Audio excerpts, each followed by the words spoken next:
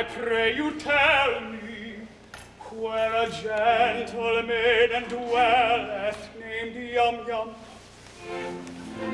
the word of Coco.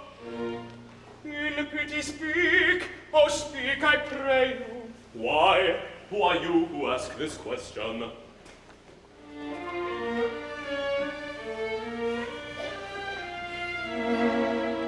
Come, gather round me, and I'll tell you.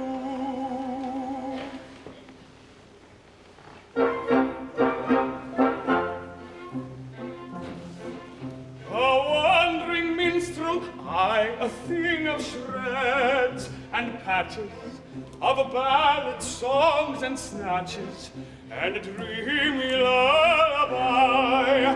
My catalog is long, through every passion ranging, and to your humours changing, I tune my song for a song. I tune my song.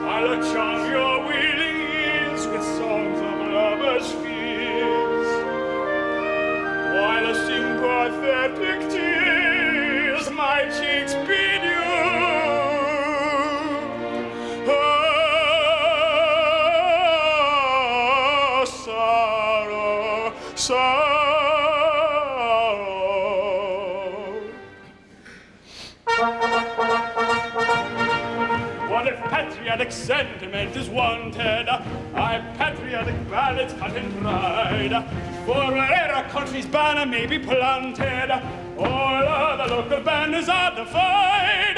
Our warriors in serried ranks assembled, never quail or they conceal it if they do, and I shouldn't be surprised if they should tremble before the mighty troops, the troops of Titi Poo. We shouldn't be surprised if they should tremble with alarm before the mighty troops, the troops of Titi Poo. And if you call for a song of the sea, we'll heave a capstan around, with a Yorkie fore for the wind is free, a rank as a trip and a helm's a lee, hurrah for the homeward bound. Yo-ho, heave-ho, hurrah for the homeward bound. To lay aloft in a howling breeze may tickle a landsman's taste. The happiest hour a sailor sees is when he's down at an inland town with his Nancy on his knees. Yo-ho, and his onward roundward whist. Then man the caps and off we go as the fiddler swings us round.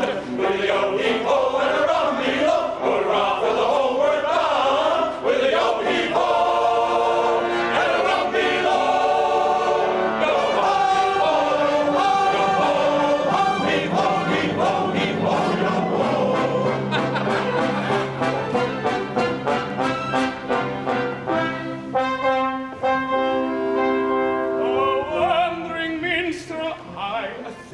Shreds and patches of ballads, songs, and snatches, and a dreamy lullaby.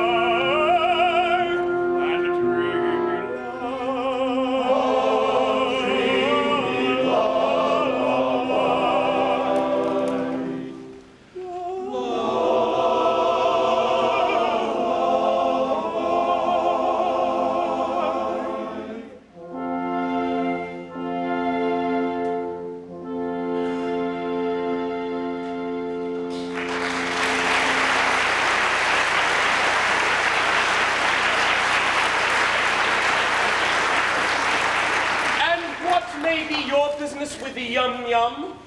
I'll tell you. A year ago, I was a member of the Titipoo Town Band. It was my duty to take the cap around for contributions. While discharging this delicate office, I saw Yum Yum. We loved each other at once, but she was betrothed to a guardian, Coco, a cheap tailor, and I saw that my suit was hopeless. Overwhelmed with despair, I quitted the town. Judge of my delight when I heard a month ago that Coco had been condemned to death for flirting. Why, I hurried back at once in hopes of finding Yum Yum at liberty to listen to my protestations. It is true that Coco was condemned to death for flirting. But he was reprieved at the last moment and raised to the exalted rank of Lord High Executioner under the following remarkable circumstances.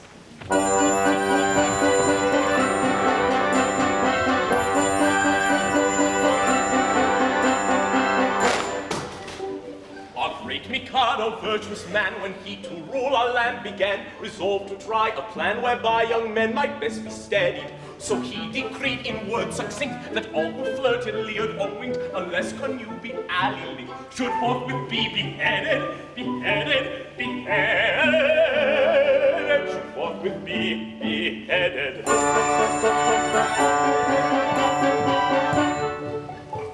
And I expect you'll all agree that he was right to so decree. And I am right, and you are right, and all is right as right can be. And you are right, and we are right, and all is right as right as right can be. And all is right as right can be. Right as right can be.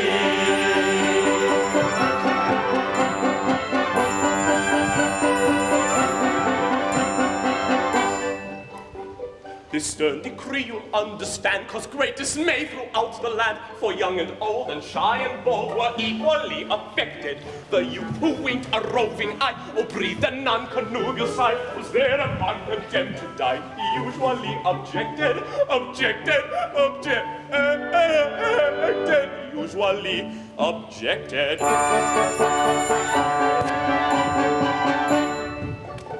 And you'll allow, as I expect, that he was right to so object. And I am right, and you are right, and everything is quite correct. And you are right, and we are right, and everything is quite correct. And everything is quite correct. All is quite correct.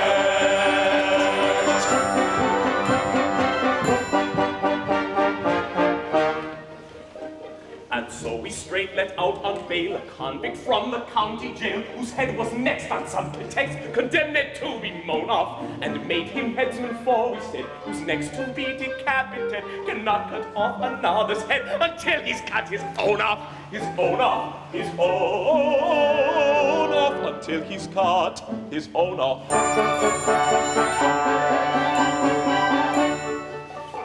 And we are right, I think you say, to argue in this kind of way. And I am right, and you are right, and all is right to lurale. And you are right, and we are right, and all is right to lurale. And you are right, and we are right, and all is right.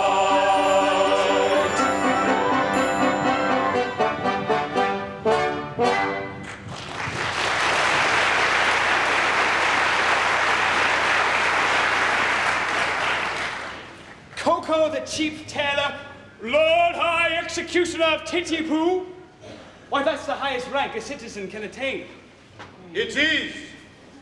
Our logical mikado, seeing no moral distinction between the dignified judge who condemns a man to die and the industrious technician who carries out the sentence, has rolled the two offices into one, and every judge is now his own executioner. But how good of you for, I see you are a nobleman of the highest rank, to condescend to tell all this to me, a mere strolling minstrel. Don't mention. I am, in point of fact, a particularly haughty and exclusive person of pre-Adamite ancestral descent. You will understand this when I tell you that I can trace my ancestry back to a primordial protoplasmal atomic globule. As a consequence, my family pride is something inconceivable. I can't help it. I was born sneering. But I struggle hard to overcome this defect. I mortify my pride continually. When all the great officers of state resigned in a body because they were too proud to serve under an ex-tailor, did I not unhesitatingly assume all their offices at once? And the salaries attached to them. You did. Consequently, it is my degrading duty to serve that upstart as First Lord of the Treasury, Lord Chief Justice, Commander-in-Chief, Lord High Admiral, Master of the Buckhounds, Groom of the Backstairs, Archbishop of Titipu, and Lord Mayor, both acting and elect, all rolled into one. And at a salary, a puma paid for his services. I, a salaried minion. But I do it. It revolts me, but I do it. And it does you credit. Ah, but I don't stop at that. I dine with middle-class persons on reasonable terms. I dance at cheap suburban parties for a modest fee. I accept refreshment at any hands, however lowly. And I retail state secrets at a very low figure.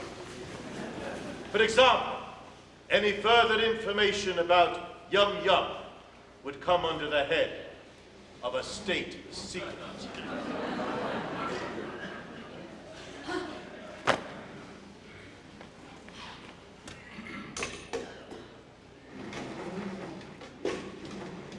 Another insult, and I think a light one.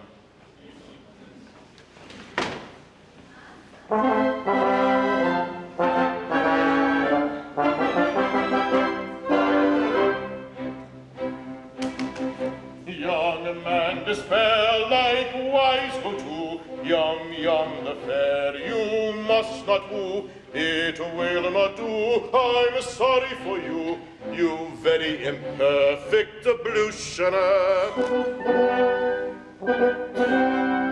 This very day from school, Yum Yum went away and home would come with a beat of drum and a rum-tum-tum to wed the Lord High Executioner. And the brass will clash, and the trumpets play, and they'll cut and dash on their wedding day. She'll toddle away as Oliver with the Lord High Executioner. And the brass will clash, and the trumpets bray, and they'll cut and dash on their wedding day. She'll toddle away as Oliver with the Lord High Executioner.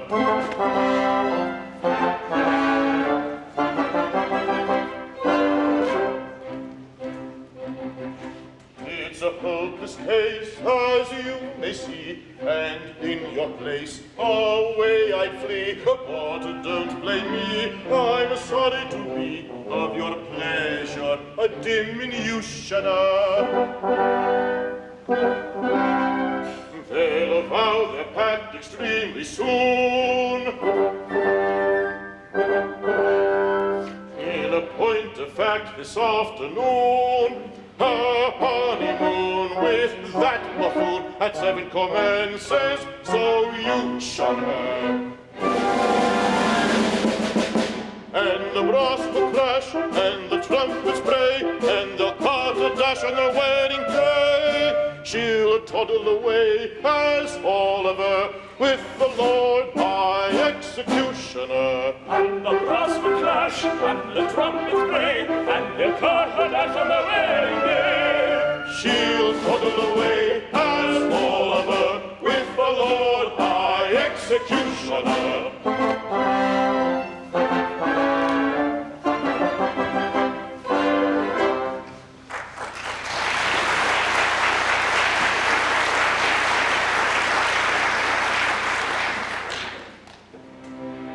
And have I journeyed for a month, or nearly, to learn that Yum-Yum, whom I love so dearly, this day to Coco is to be united.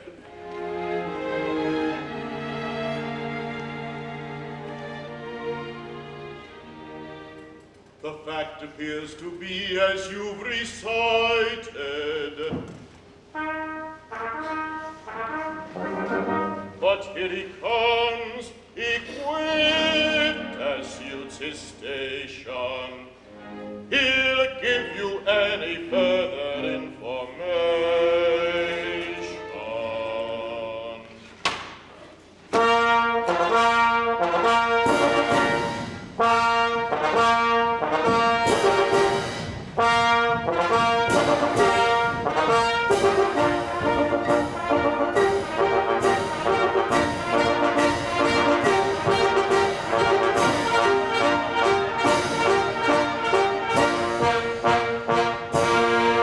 Behold the Lord High Executioner, a personage of noble rank and title, a dignified and potent officer, whose functions are particularly vital. Defer to the Lord High Executioner. Defer to the noble Lord, to the noble Lord, to the Lord High Executioner. Taken from the county jail by a set of curious chances, liberated then on bail, on me and recognizances, wafted by a favoring gale, as one sometimes is in trances, to a height that few can scale, save by long and weary dances, surely never had a male. Under such like circumstances, so adventurous a tale, which may rank with most romances, taken from the county jail, by a set of curious chances, surely never had a male, so adventurous a tale. Defer to the Lord High Executioner. Defer to the noble Lord, to the noble Lord High Executioner. Bow down, to the Lord High Executioner. Defer to the noble Lord, the High Executioner.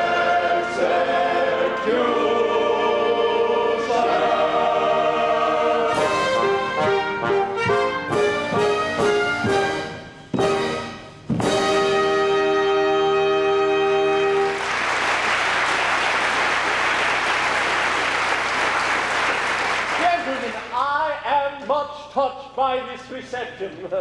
I can only trust that by strict attention to duty, I shall ensure a continuance of those favors which it shall ever be my study to deserve. If I should ever be called upon to act professionally, I'm happy to think that there will be no difficulty in finding plenty of people whose loss will be a distinct gain to society at large.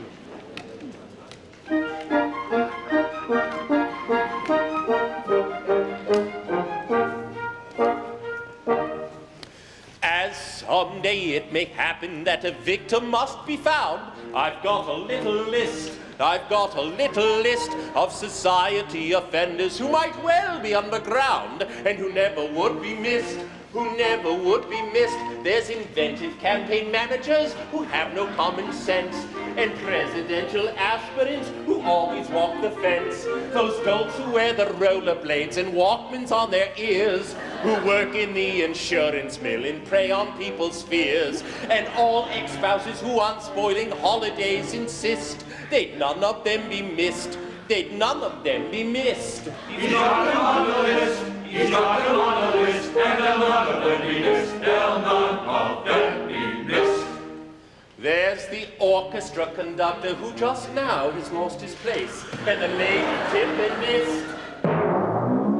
I've got her on the list, and the people who smoke cigarettes and puff them in your face, they never would be missed. They never would be missed. And those ever-present soccer moms who travel to and fro, their whining children aggravate, their minivans are slow. And people who drive SUVs and think they're really hip, at 90 miles an hour they've a tendency to tip. And that agent straight from Satan, the televangelist, well, I don't think he'd be missed. I'm sure he'd not be missed. He's got them on the list. He's got them on the list. And they'll none of them be missed. They'll none of them be missed. There's that Sunday morning nuisance who just now is rather rife, the political analyst. And I've got him on the list. All funny fellows, comic men, and clowns of private life. They never would be missed. They never would be missed. And compassionate conservatives who snort stuff up their nose, and liberal Southern Democrats who tend to make me doze, and tut-tut-tut, and what's his name? And also, you know who. The task of filling up the blanks I'd rather leave to you, but it really doesn't matter whom you put upon the list, for they'd none of them be missed. They'd none of them be missed. You may put them on the list. You may put them on the list. And they'll none of them be missed. They'll none of them be missed.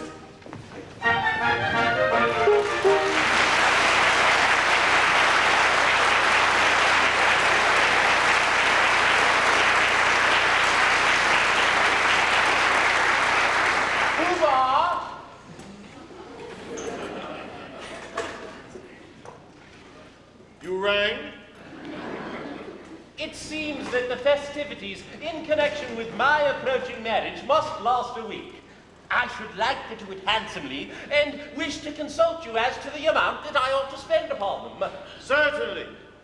In which of my capacities as First Lord of the Treasury, Lord Chamberlain, Attorney General, Chancellor of the Exchequer, Privy Purse, or Private Secretary? Oh, suppose we say private secretary. As your private secretary, I should say that as the city will have to pay for it, don't stint yourself, do it well. Exactly. As the city will have to pay for it, that is your advice? As private secretary. Of course, you will understand that as Chancellor of the Exchequer, I am duty-bound to see that due economy is observed. Oh, but you said just now, don't stint yourself, do it well. As private secretary. And now you say that due economy must be observed? As Chancellor of the Exchequer. I see. Come down here, where the Chancellor can't hear us.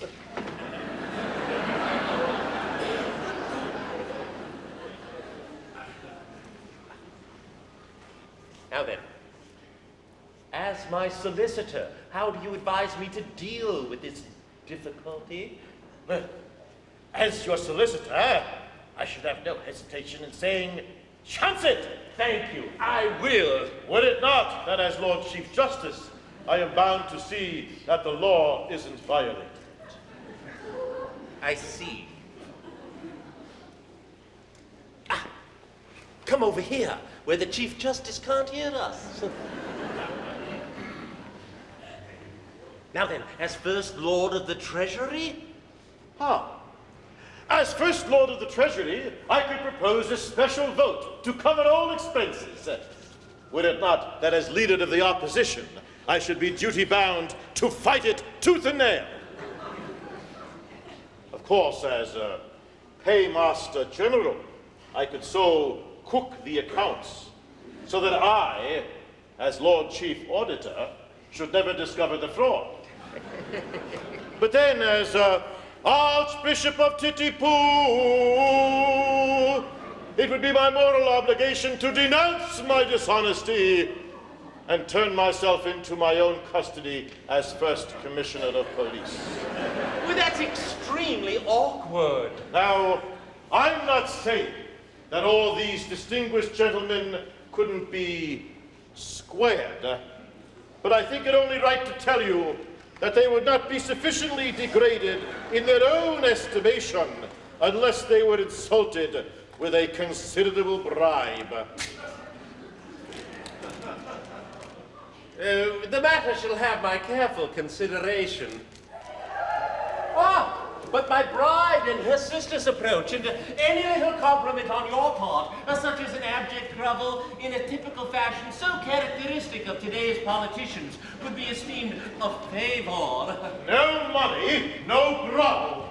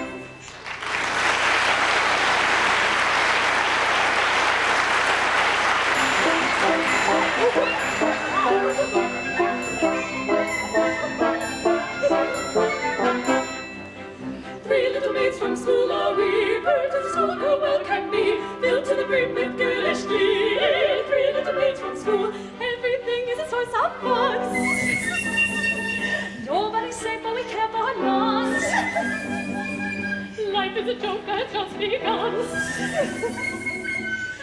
Three little maids from school. Three little maids who all unwary come from the ladies' seminary, free from mischievous tutelary. Three little maids from school. Three little maids from school.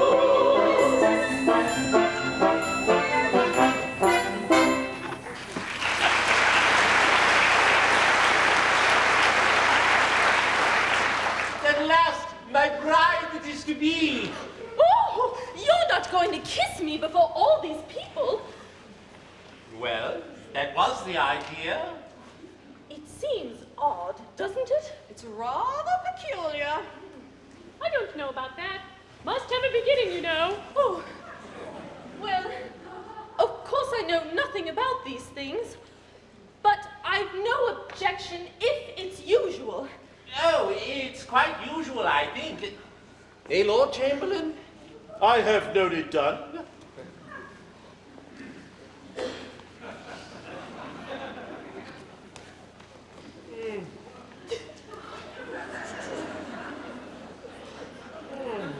Oh, thank goodness that's over. Why, it's never you. Oh, I understand. I'm at the top of my head, and I'm off the top, and I'm out for good, and I'm not doing it anymore. Beg your pardon. Will you present me? One at a time, if you please. If you please. Oh, this is the gentleman who used to play so beautifully on the Marine Parade.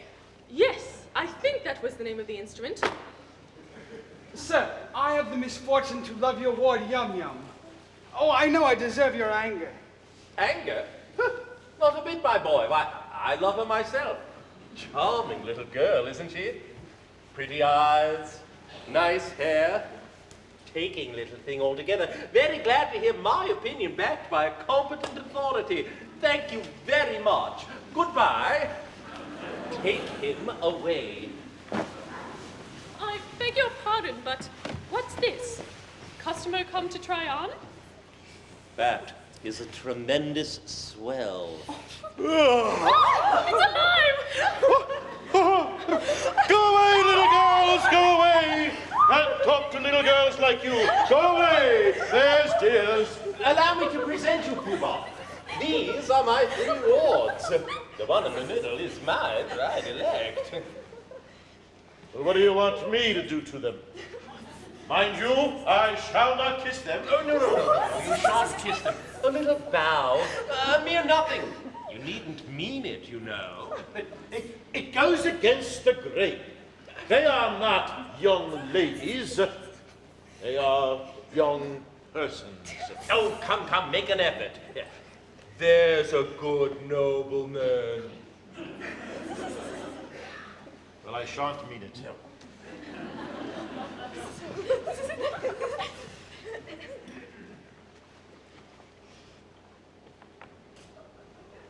How do you do? How do you do? Oh, my goodness, my ancestors. That's very good. I see nothing to laugh about. It is very distressing to have to say, how do you do, little girls, how do you do, to young persons. I am not in the habit of saying, how do you do, little girls, how do you do, to anyone beneath the rank of stockbroker. Don't laugh at him, please. He can't help it. He's under treatment for it, you know. Never mind them. They don't understand the delicacy of your position. We know how delicate it is, don't we? I should think we did. How a nobleman of your importance can do it at all is a thing I never can, never shall understand.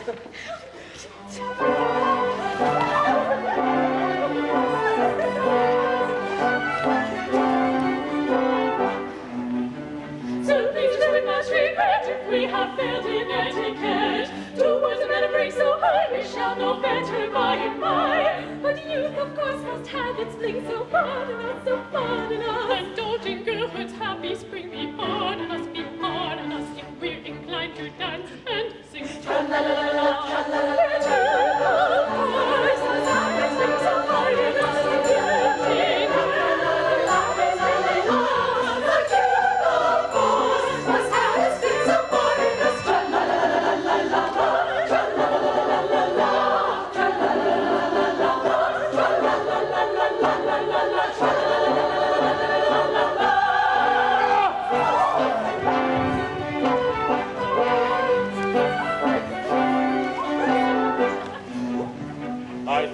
recollect, you cannot show too much respect towards that entitled few, but nobody does, so why should you?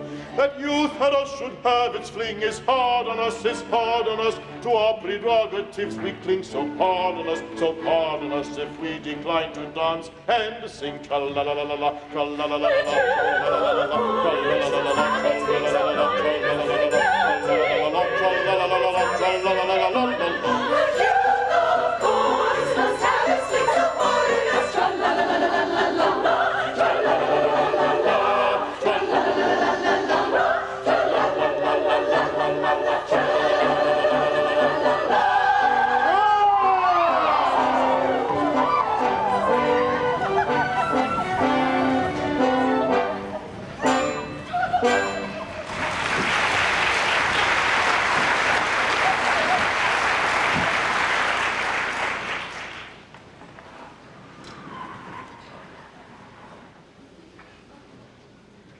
Yum, yum.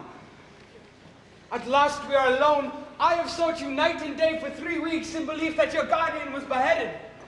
And I find that you're about to be married to him this afternoon. Alas, yes. But you do not love him. Alas, no. Modified rapture. But then why do you not refuse him? Oh, what good would that do? He's my guardian, and he wouldn't let me marry you. But I would wait until you were of age. But you forget that in Japan, girls do not arrive at years of discretion until they are 50. True, true. From 17 to 49 are considered years of indiscretion. Besides, a wandering minstrel who plays wind instruments outside tea houses, that's hardly the fitting husband for the ward of a Lord High Executioner.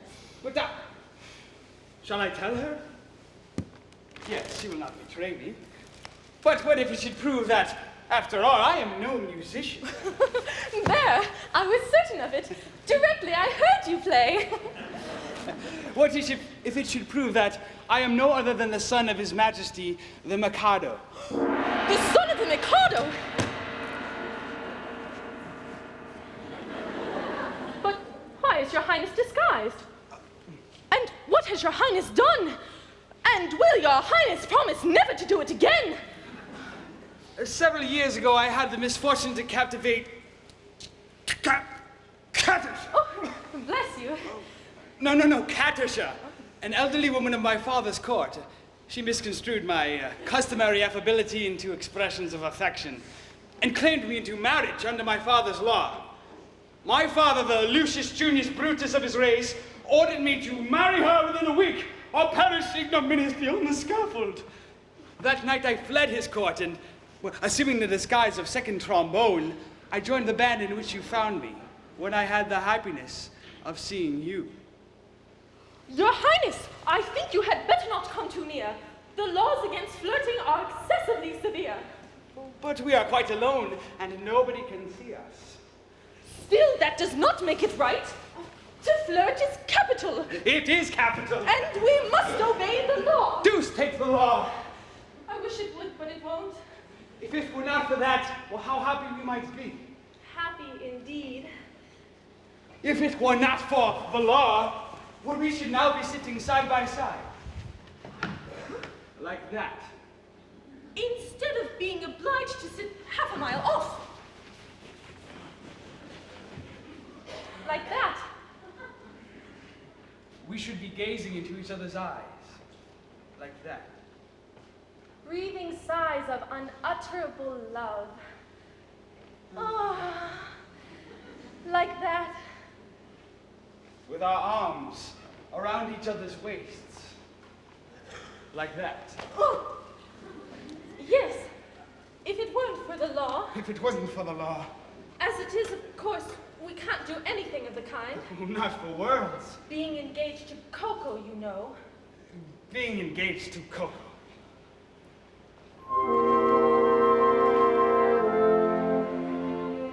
Were you not to Coco plighted, I would say in tender tone, loved one, let us be united, let us be each other's own. and station, worldly sneers are not to us, and to mark my admiration, I would kiss you fondly thus. I would kiss you fondly thus. But as I'm engaged to Coco, to embrace your lost confolco, would distinctly be no choco, and for that I must get Toco. Toco, Toco, Toco, Toco, Toco. So in spite of all temptation, such a theme I'll not discuss, and on no consideration will I kiss you fondly thus. Will I kiss you fondly thus? Let me make it clear to you, this is what I'll never do. This or this, or this, or this. This is what I'll never, never do. This or this, or this, or this. This is what I'll never do. He'll never do. I'll never do. He'll never do. Or this, this.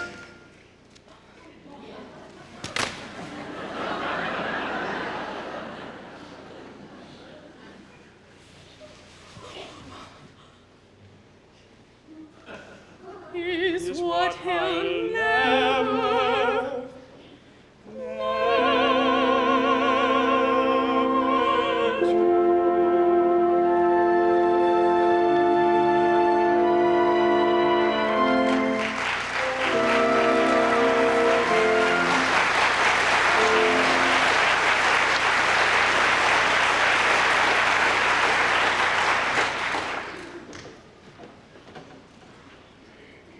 There she goes. To think how entirely my future happiness is wrapped up in that little parcel. Really, it hardly seems worthwhile. Oh, matrimony. Now then, what is it? Can't you see I'm soliloquizing? You have interrupted an apostrophe, sir. I am the bearer of a letter from His Majesty the Mikado. A letter from the Mikado? What in the world can he have to say to me?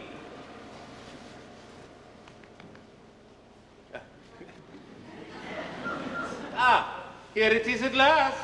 I knew it would come sooner or later. The Mikado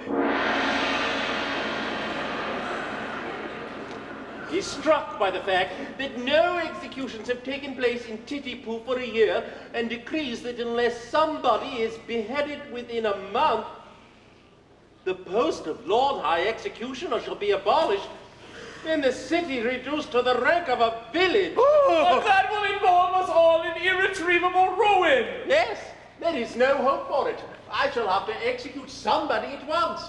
For the only question is, who shall it be? Well, it seems unkind to say so, but as you are already under sentence of death for flirting, everything seems to point to you. To me? What are you talking about? I can't execute myself. Why not? Why not? Well, because in the first place, self-decapitation is an extremely difficult, not to say dangerous thing to attempt. Then in the second, it's suicide. And suicide is a capital offense. A good point, no doubt. We might reserve that point. Yes, we might argue it before the full court 6 months hence. Besides, I don't see how a man can cut off his own head. A man might try. Even if you only succeeded in cutting it half off, that would be something. It would be taken as an expression of your desire to comply with the imperial will. No, Pardon me, but there I am adamant. As official headsman, my reputation is at stake, and I cannot consent to embark upon a professional operation unless I see my way to a successful result. Your professional conscientiousness is very creditable to you, but it places us in a most awkward position. My good sir, the awkwardness of your position is grace itself, compared with that of a man engaged in the act of cutting off his own head. I'm afraid, unless you could obtain a substitute. Ah, substitute, certainly. Nothing easier. Poobah, I appoint you Lord High Substitute. I should be delighted. Such an appointment would realize my fondest dreams. But no! At any sacrifice, I must set limits to my insatiable ambition. I am so proud if I allowed my family pride to be my guide.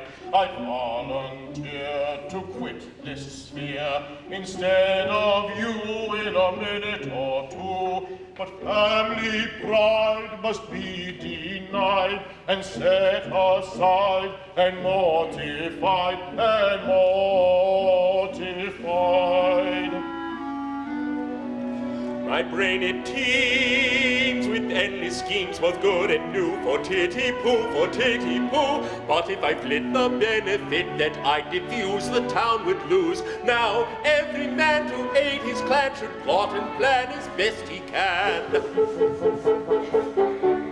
I heard one day a gentleman say that criminals who are cut in two can hardly feel the fatal steel, and so are slain without much pain. If this is true, it's jolly for you, your courage through, to bid us adieu.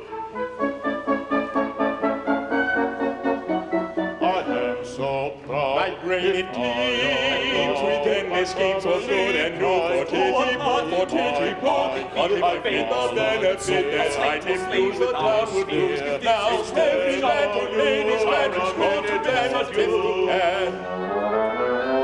And so, although I'm ready to go, yet recollect, put disrespected, I neglected, thus affect the saying direct, so I object. And so, although I wish to go, and greatly pine to brightly shine, and take the line of a hero fine, with grief condign, I must decline. And go and show both friend and foe how much you dare. I'm quite aware it's your affair, yet I declare I take your share, but I don't much care. I must decline. Share I go, I object. Share I go, I object. Share I go, I object. I don't much care, I must object.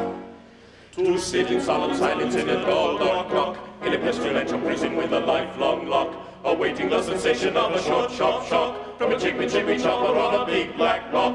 To sit in solemn silence in a dull dark dock, in a pestilential prison with a lifelong lock, awaiting the sensation of a short, sharp shock from a chippy chopper on a big black rock. A dull dark dock, a lifelong lock, a short, sharp shock, a big black rock. To sit in solemn silence in a pestilential prison and awaiting the sensation of a chippy chopper on a big black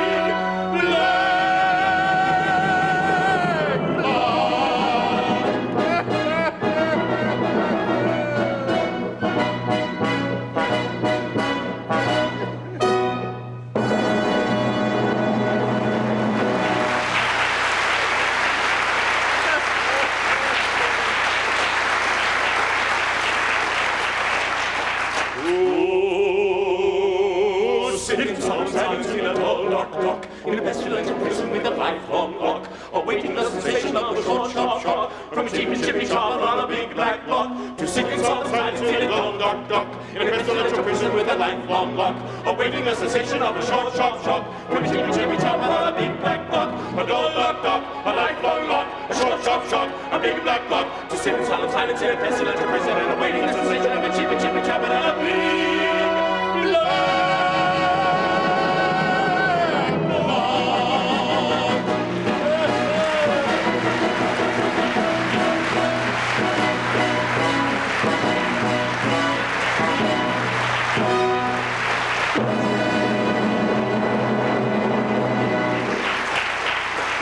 simply appalling. I, who allowed myself to be respited at the last moment, simply in order to benefit my native town, am now required to die within a month. And that by a man whom I have loaded with honors. Is this public gratitude? Go away, sir. Am I never permitted to soliloquize? Well, go on, and don't like me. Well, what are you going to do with that rope? Oh, I'm about to terminate an unendurable existence. Terminate your existence? Nonsense, sir. I won't permit it. Come. What for? Because you are going to marry the girl I adore. Oh, nonsense. If you attempt anything of the kind, I shall order your instant arrest. Come, sir. Desist at once, or I summon my guard. That's absurd. If you attempt to raise an alarm, I instantly perform the happy dispatch with this dagger. This is horrible. Why, you cold-blooded scoundrel, are you aware that in attempting to take your life, you're committing a crime?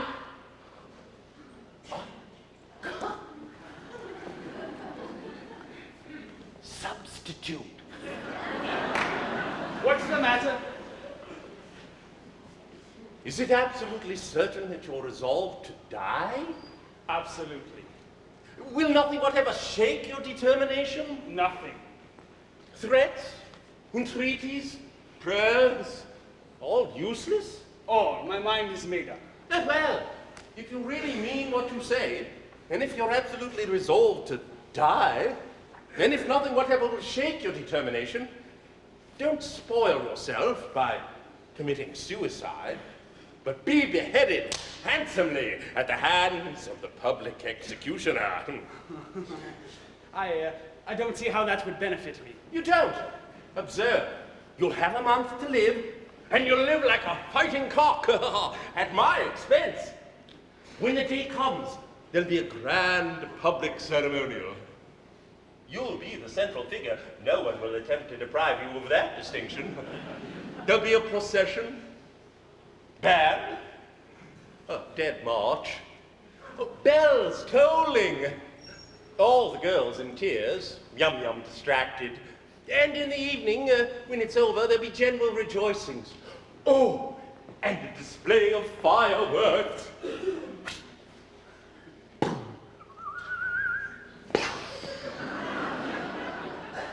Oh, you won't be there to see them, but they'll be there all the same. Do you really think Yum-Yum would be distracted at my death? Oh, I'm convinced of it. Bless you, she's the most tender-hearted creature alive. I should be sorry to cause her pain. Perhaps, after all, if I were to withdraw from Japan and travel in Europe for a couple of years, I might contrive to forget her. No, I don't think you could forget Yum-Yum so easily. And besides, what is more miserable than a love-blighted life? True. Life without Yum-Yum, why, it seems absurd. Yes, and yet there are a great many people in the world who have to endure it. Yes, you're quite right not to be among their number. Well, I won't be of their number. Noble fellow! I'll tell you how we'll manage it. Let me marry Yum-Yum tomorrow, and in a month you may behead me. No, I draw the line at Yum-Yum. Very good. If you can draw the line, so can I. No, stop! Please, be reasonable. How can I permit you to marry Yum-Yum if I'm going to marry her myself? My good friend, she'll be a widow in a month, and you can marry her then. Well, yes, that's true. I quite see that. But, dear me, my position during the next month will be most unpleasant. Most unpleasant. Not half as unpleasant as my position at the end of it. Well, all right, I agree. After all, it's only putting off my marriage for a month. But you won't prejudice her against me, will you? You see, I've educated her to be my wife. She's been taught to regard me as a good and wise man. Now, I wouldn't want her views on that to be disturbed. Trust me, she shall never learn the truth from me.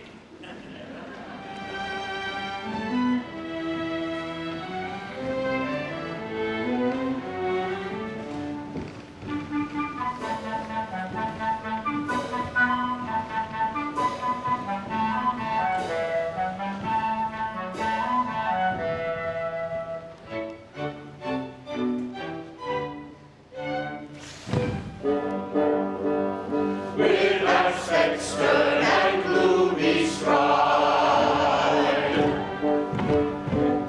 We come to learn how you decide. Don't hesitate,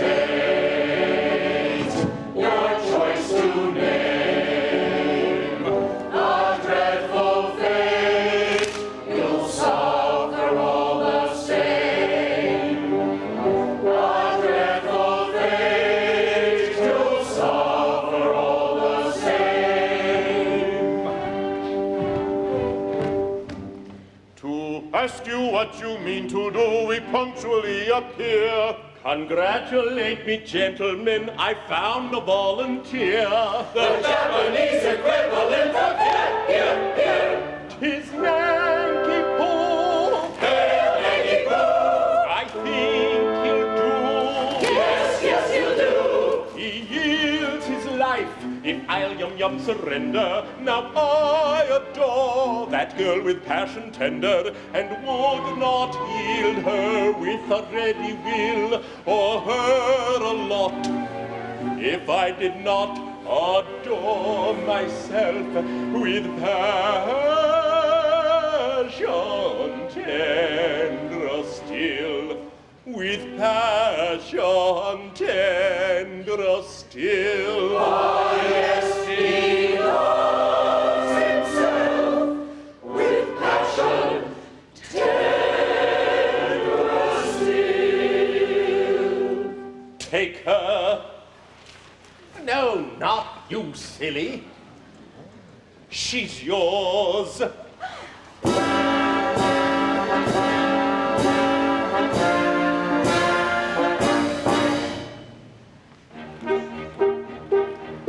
The threatening cloud has passed away. Although the nights become too soon. Then let the throng join us with laughing song and merry dance. Then let the throng join us with laughing song and merry dance. With laughing song and merry dance. With laughing song.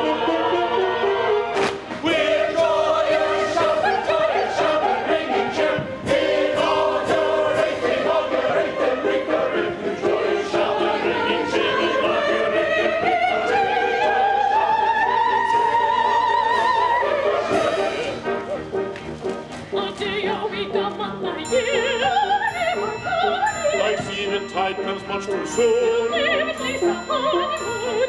let the throng join us with laughing song and merry dance. Then let the throng join us with laughing song and merry dance. With laughing song and merry dance. With laughing song. With joyous shout and ringing cheer. Inaugurate the great career. Joyous shout and ringing cheer. Inaugurate the great career. Joyous shout and ringing cheer. Laughing song, merry dance. Laughing song and merry dance. As in a month you've got to die, if Coco tells us true, 'twere empty compliment to cry, long life to Nanki-Poo. But as 1 month you have to live as fellow citizen, this toast with 3 times 3 will give. Long,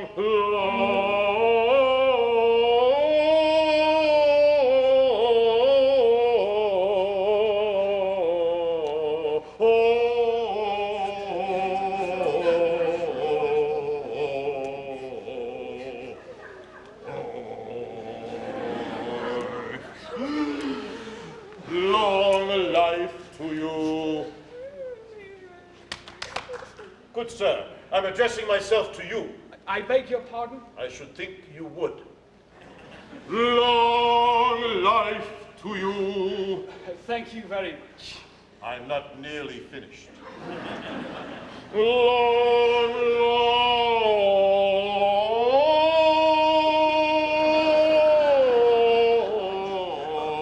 life to you.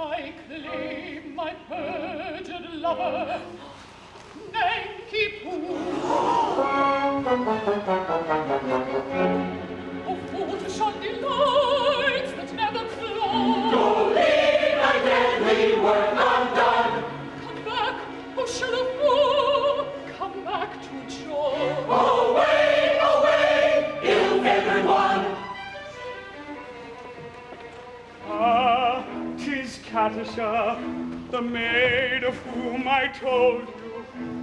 No, you shall not go. These arms shall pass and befold you. Oh, fool that fearest my hallowed joys, oh, blind that seest no equipoise. Oh, rush the judges from half the hall. Oh, beast that grudgest love's light to stall. Thy heart unbind, oh, fool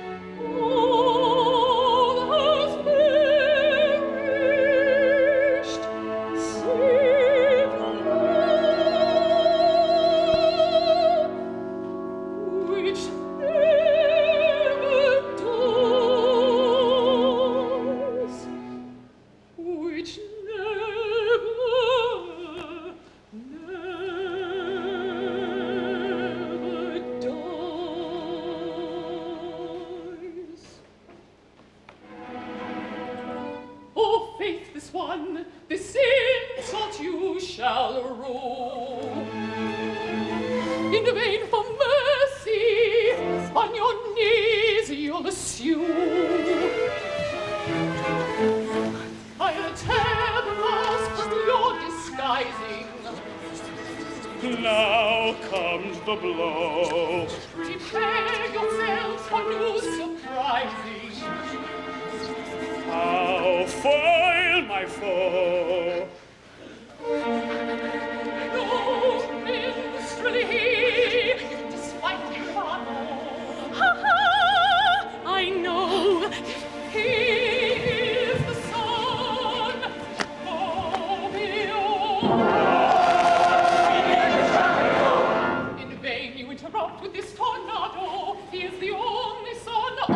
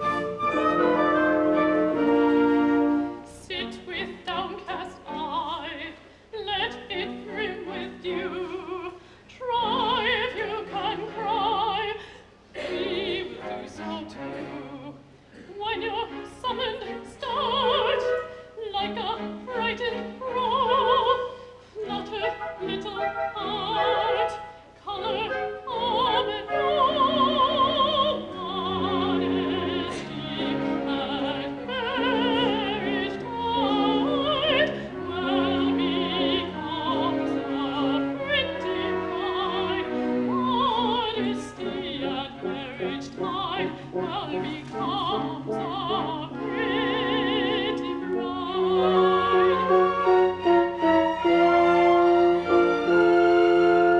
Raven, hair, weave the sable dress, deck the maiden fair in her loveliness. Give the pretty face, tie the coral in, emphasize the grace of her ladyship. Ardent nature was alight, oh, to make a pretty bride. Ardent nature thus alight, oh, to make a pretty bride.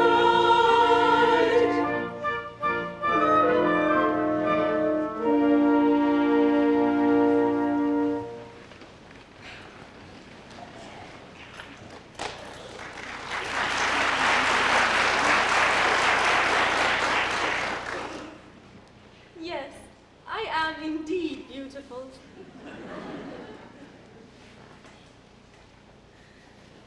Sometimes I sit and wonder, in my artless Japanese way, how it is that I can be so much more attractive than anyone else in the whole world.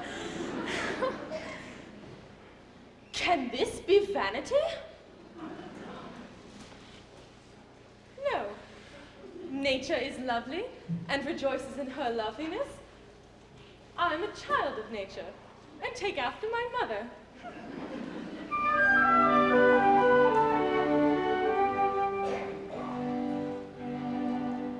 The sun whose rays are all ablaze with ever-living glory does not deny his majesty, he scorns to tell a story.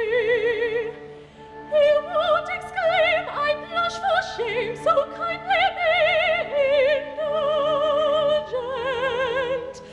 But fierce and bold in fiery gold, he glories all effulgent.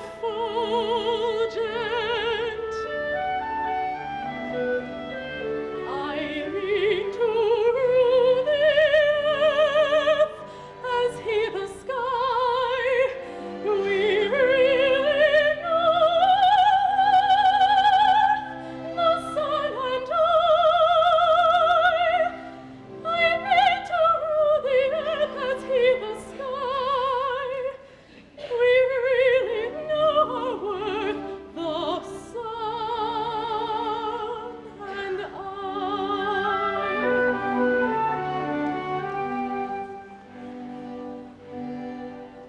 Observe his flame, that placid dame, the moon's celestial highness.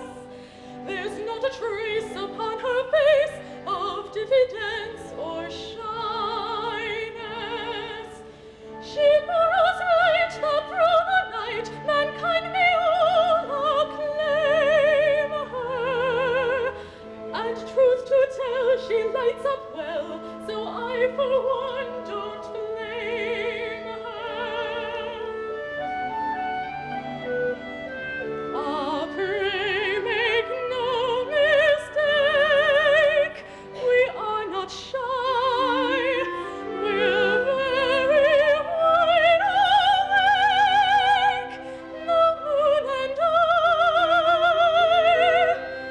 Ah, pray make no mistake, we are not shy, we're very wide awake, the moon and I.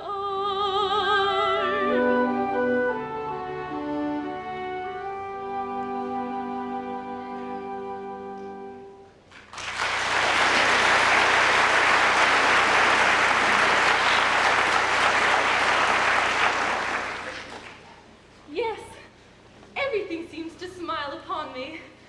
I am to be married today to the man I love best, and I believe I am the very happiest girl in all Japan.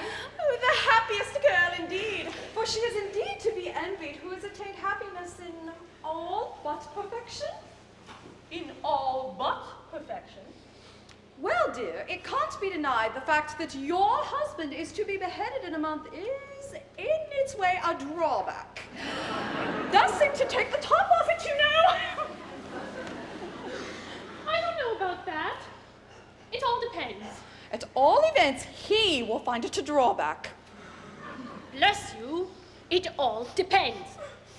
I find it very indelicate of you to bring up such a subject on such a day. If my married happiness is to be cut short in a month, can't you let me forget it? Yum, in tears, and on her wedding morn. They've been reminding me that in a month you're to be beheaded. Yes, we've been reminding her that you're to be beheaded. It's quite true, you know. You are to be beheaded.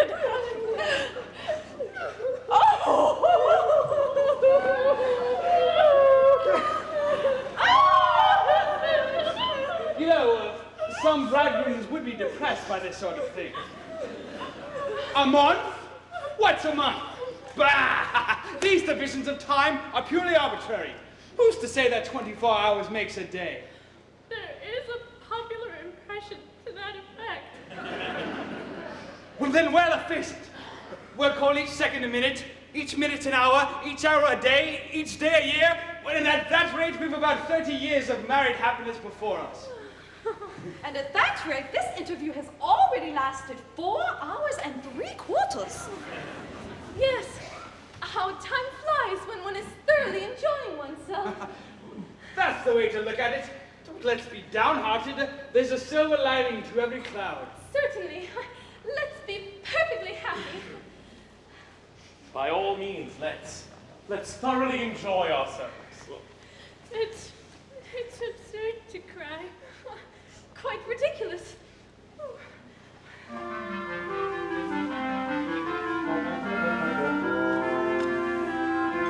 Brightly shines our wedding day. Joyous are we give thee greeting. Whither art thou fleeting? Fickle moment, prithee stay. Fickle moment, prithee stay. What though mortal joys befallow? Pleasure comes if sorrows follow. For the toxins are their long. Ding dong, the toxins are their long. Ding dong, ding dong, ding dong. Yet until the shadows fall over one and over all, Sing a merry madrigal. sing a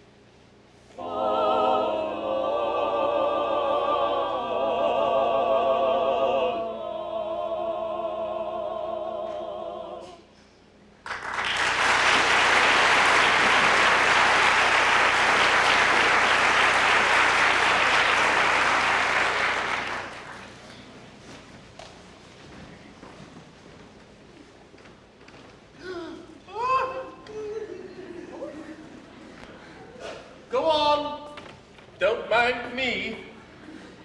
I'm afraid we're distressing. No, I must get used to it. Only please, do it by degrees. Begin by, putting your arm around her waist. There, let me get used to that first. Oh, wouldn't you like to retire? It must pain you to see us so affectionate together. No, I must learn to bear it. Now, oblige me by allowing her head to rest upon your shoulder. Like that? I am much obliged. Now,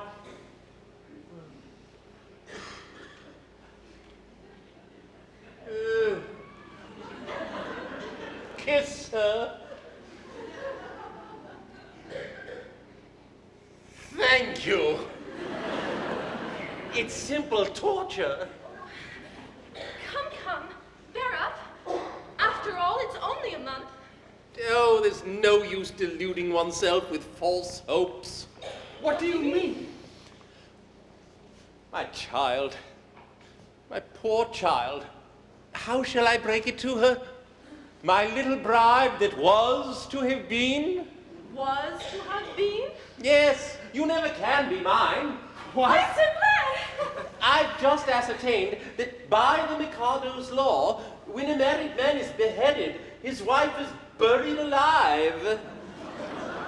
Buried alive? Buried alive. But whom did you get that from? Oh, from Pooh-Bah. He is my solicitor. He may be mistaken. So I thought. So I consulted the Attorney General, the Lord Chief Justice, the Judge Ordinary, and the Lord Chancellor. They're all of the same opinion. I never knew such unanimity on a point of law in my life.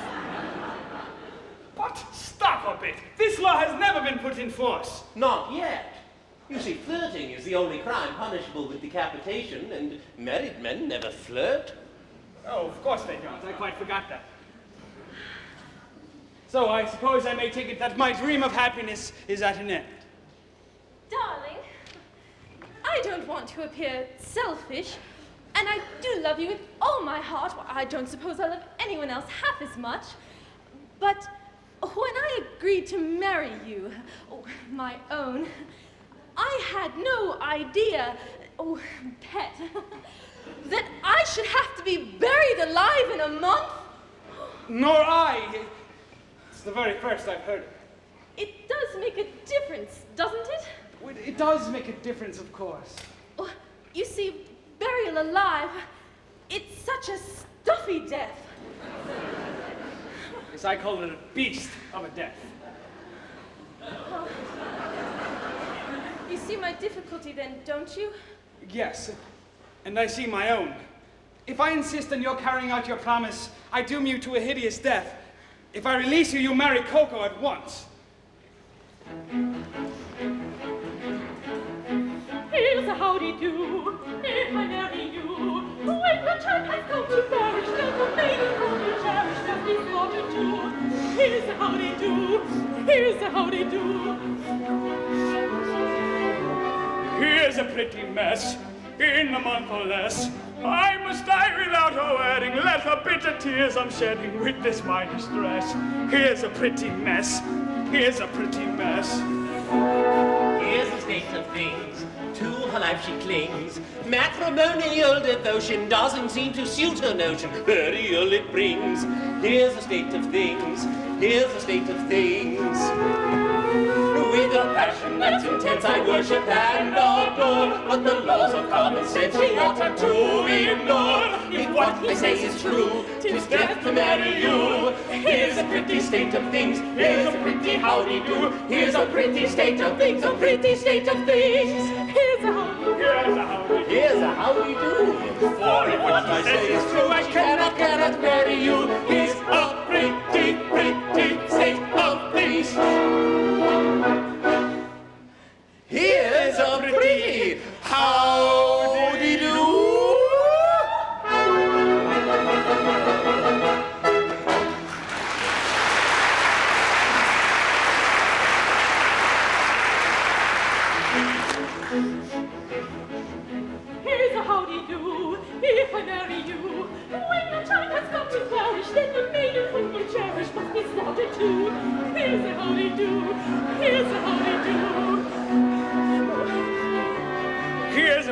mess.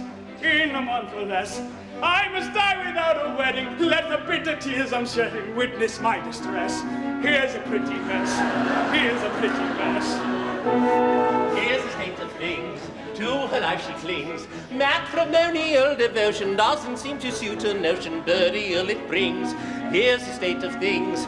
Here's the state of things. With a passion that's intense, I worship and adore. But the laws of common sense he wants her to ignore. If what he says is true, 'tis death to marry you. Here's a pretty state of things. Here's a pretty howdy-do. Here's a pretty state of things. A pretty state of things. Here's a howdy-do. Here's a howdy-do. Here's a howdy-do. For if what I say is true, I cannot marry you. Here's a pretty, pretty state of things. Here's a pretty howdy-do.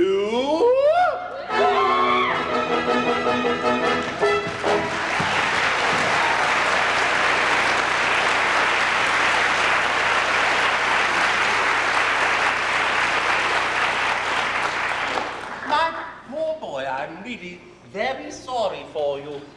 Why, thanks, old fellow. I'm sure you are. You see, I'm quite helpless. I quite see that.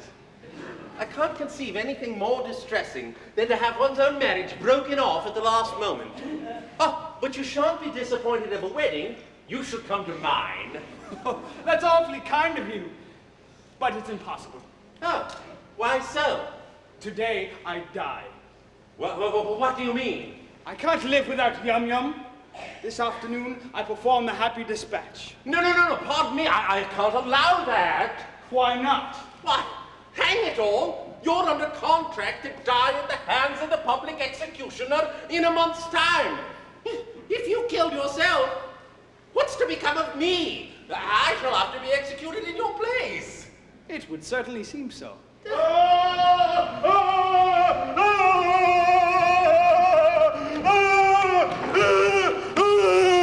then, Lord Mayor, what is it? The mikado! The heavy suite are approaching the city and will be here in 10 minutes. The mikado? He's coming to see whether I've obeyed his decree. This is getting serious. Now look you, a bargain's a bargain, and you really mustn't frustrate the ends of justice by committing suicide. As a man of honor and a gentleman, you are bound to die ignominiously at the hands of the public executioner. Very well then, behead me. What, now? Certainly at once. Chop it off! Chop it off! My good son, I don't go about prepared to execute gentlemen at no moment's notice. I've never even killed a deer tick. But still, as Lord High Executioner... As Lord High Executioner, I've got to behead him in a month. Oh. I'm not ready yet. I don't know how it's done. I'm going to take lessons. I mean to start with this timpanist over here. Work my way up through the wind section until I come to a second trombone. You don't suppose that as a humane man, I'd have accepted the post of Lord High Executioner if I hadn't thought the duties to be purely nominal. I can't kill you. I can't kill anything. I can't kill anybody. Come now, my poor fellow. We all have unpleasant duties to discharge at times. I mean, after all, what is it? If I don't mind, why should you? Remember, sooner or later, it must be done. Must it? I'm not so sure about that. What do you mean? Why should I kill you when making an affidavit that you've been executed will do just as well? Here are plenty of witnesses.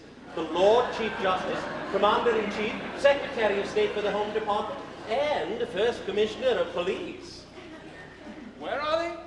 Well, there they are. They'll all swear to it, won't you? Am I to understand that all us high officers of state are required to perjure ourselves to ensure your safety? Why not? You'll be grossly insulted as usual. will the insult be cash down or at a date?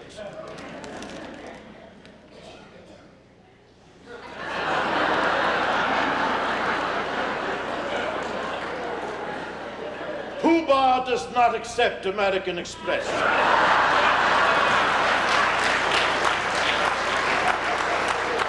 It will be a ready money transaction. Well, it will prove a useful discipline. Very well. Name your fiction, and I'll swear to it. Family pride. How do you like that, me buck? But I tell you that life without yum-yum... No! Yum, yum, yum, yum, yum, yum, yum, yum. Bother yum, yum. Here, Commissioner, go and fetch yum, yum. Take yum, yum and marry yum, yum. Only go away and never come back again. Ah, here she is now. Yum, yum. Are you particularly busy? Not particularly. Ah, you've 5 minutes to spare? Yes. Ah, well then run along with His Grace the Archbishop of Titipu. He'll marry you at once. But if I'm to be buried alive... Now don't ask questions, but do as I tell you, and Nanki Poo will explain all. But one moment... Not for worlds. Here comes the mikado, no doubt to ascertain whether I will obey his decree, and if he finds you alive, I shall have the greatest difficulty in persuading him that I've beheaded you. Close thing that, for here he comes.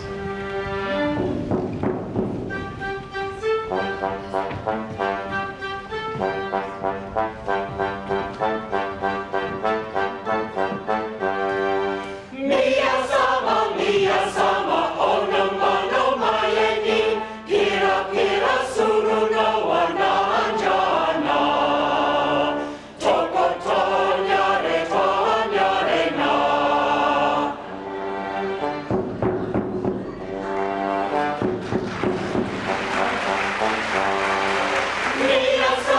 Miya-sama, oh no ma no maeni, kira kira suru no wa nanjana. Toko tonyare na.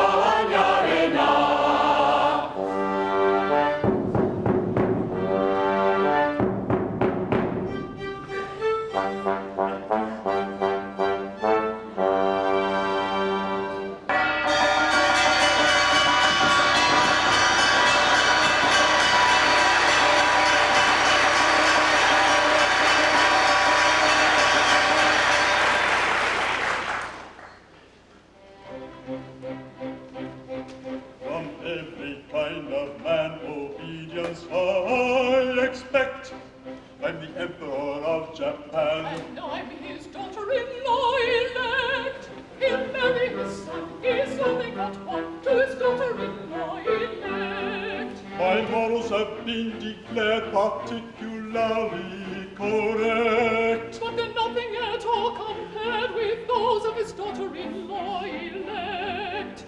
Bow, bow to his daughter-in-law elect. Bow, bow to his daughter-in-law elect.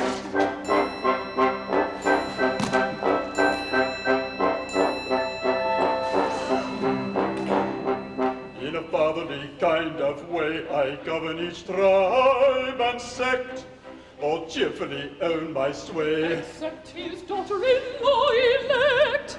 As tough as a bone with a will of her own is his daughter-in-law elect. My nature is love and light, my freedom from all defect. Is insignificant quite compared to his daughter-in-law elect. Bow, bow to his daughter-in-law elect. Bow, bow to his daughter-in-law elect.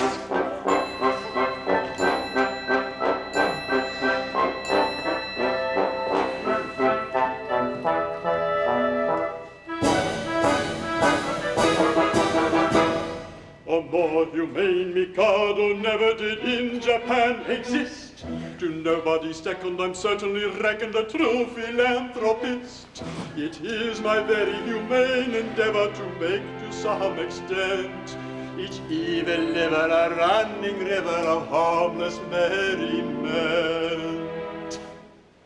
My object all sublime I shall achieve in time, to let the punishment fit the crime, the punishment fit the crime, and make each prisoner pant, unwillingly represent a source of innocent merriment, of innocent merriment. All prosy, dull society sinners who chatter and bleat and bore are sent to hear sermons from mystical Germans who preach from 10 till 4.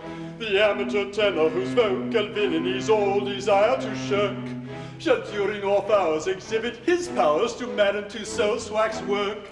The lady who dyes a chemical yellow or stains her grey hair puce, or pinches her figure is suntanned with vigor, with permanent walnut juice.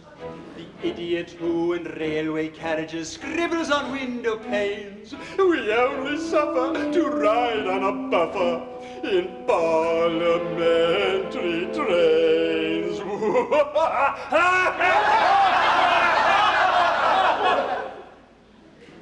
My object all sublime I shall achieve in time, to let the punishment fit the crime, the punishment fit the crime, and make each prisoner pant, unwillingly represent a source of innocent merriment, of innocent merriment.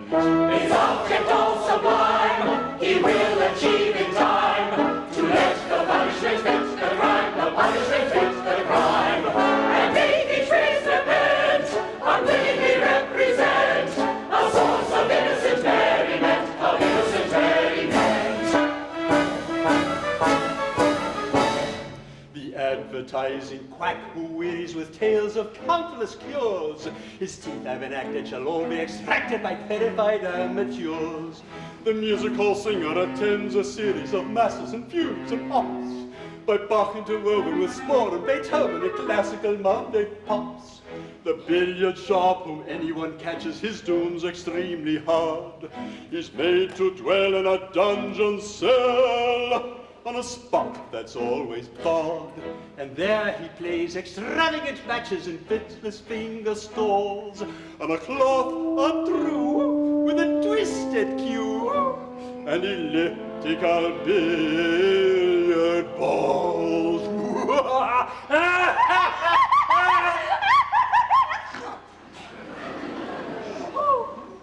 My object all sublime I shall achieve in time, to let the punishment fit the crime, the punishment fit the crime, and make each prisoner pant, unwillingly represent a source of innocent merriment, of innocent merriment. His object all sublime he will achieve in time, to let the punishment fit the crime, the punishment fit the crime, and make each prisoner pant, unwillingly represent a source of innocent merriment, of innocent merriment.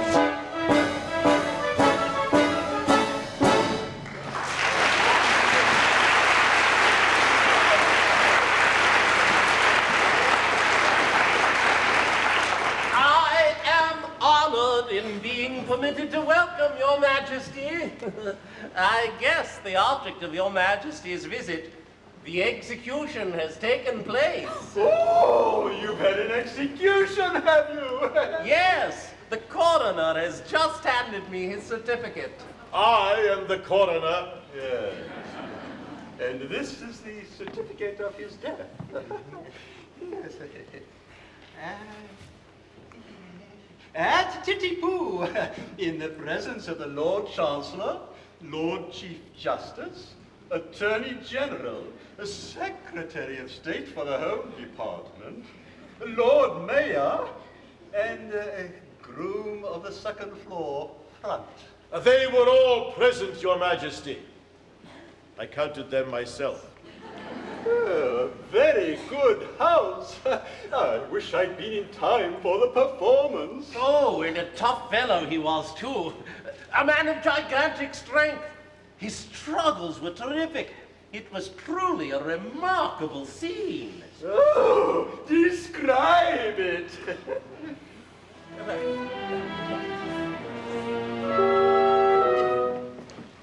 The criminal cried as he dropped him down in a state of wild alarm. With a frightful, frantic, fearful frown, I bared my big right arm. I seized him by his little pigtail, and on his knees fell he. As he squirmed and struggled and gurgled and gurgled, I drew my snicker-snee, my snicker-snee. Oh, never shall I forget the cry or the shriek that shriek and he. As I gnashed my teeth, when from its sheath I drew my snicker-snee. We know him well, he cannot tell untrue or groundless tales. He always tries to utter lies, and every time he fails. He shivered and shook as he gave the sign for the stroke he didn't deserve. Then all of a sudden his eye met mine, and it seemed to brace his nerve. For he nodded his head and kissed his hand and whistled in agony as the saber true cut cleanly through his cervical vertebrae. His vertebrae. When a man's afraid of beautiful maid is a soothing sight to see. And oh, I'm glad that moment sad was soothed by sight of me. Her terrible tale you can't assail, with truth it quite agrees. Her taste exact for faultless fact amounts to a disease. Now, though you'd have said that head was dead, for its owner dead was he.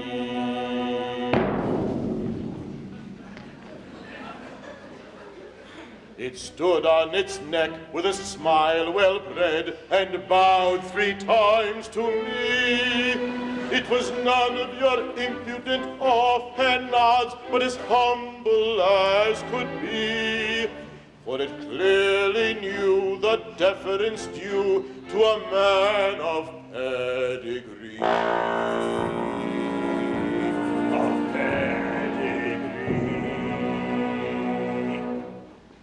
And its oh, I vow, that deathly bow was a touching sight to see. Though trunkless yet, it couldn't forget the deference due to me. His haughty youth, he speaks the truth, whenever he finds it pays.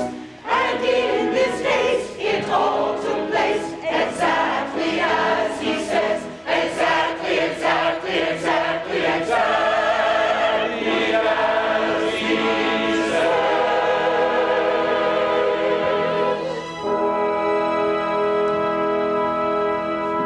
Oh, this is very interesting, and I should like to have seen it. But we came about a totally different matter.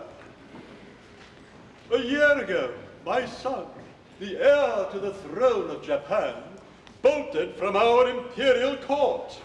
Indeed. Had he any reason to be dissatisfied with his position? None whatever. On the contrary, I was going to marry him. Yet he fled.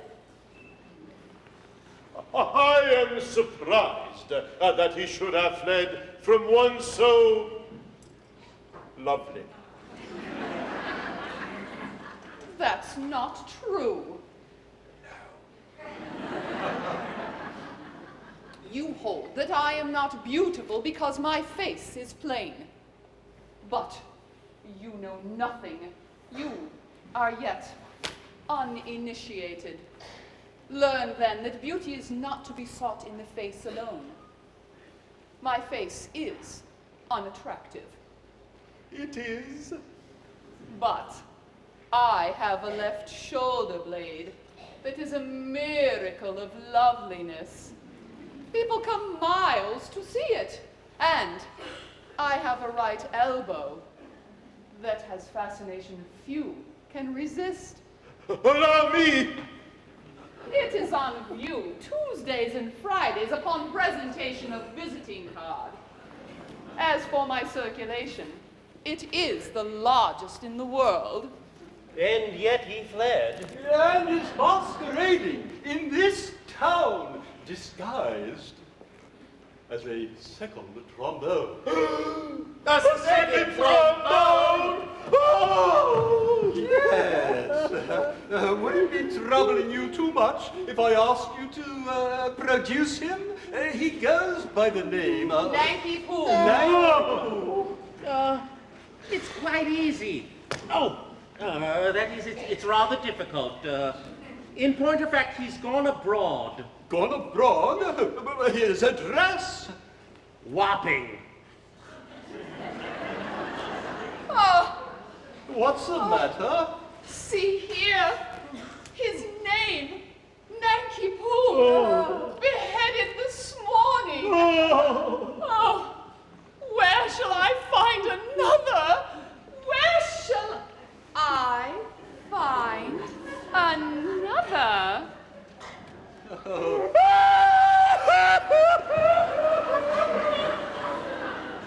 Oh dear, dear, this is very tiresome. My poor fellow, in your anxiety to carry out my wishes, you have beheaded the heir to the throne of Japan. I beg to offer an unqualified apology. I desire to associate myself with that feeling of regret. We really hadn't the least notion. Of course you hadn't. How could you? Come, my good fellow, don't distress yourself. It was no fault of yours. If a man of exalted rank chooses to disguise himself as a second trombone, he must take the consequences. It really distresses me to see you take on so. No doubt he thoroughly deserved all he got. We are infinitely obliged to your majesty. Much obliged of us. Very much obliged, Your Majesty. Obliged, not a bit. Don't mention it. How could you tell? Of course, we couldn't tell who the gentleman really was. It wasn't written on his forehead, you know. It might have been on his pocket handkerchief. But Japanese don't use pocket handkerchiefs.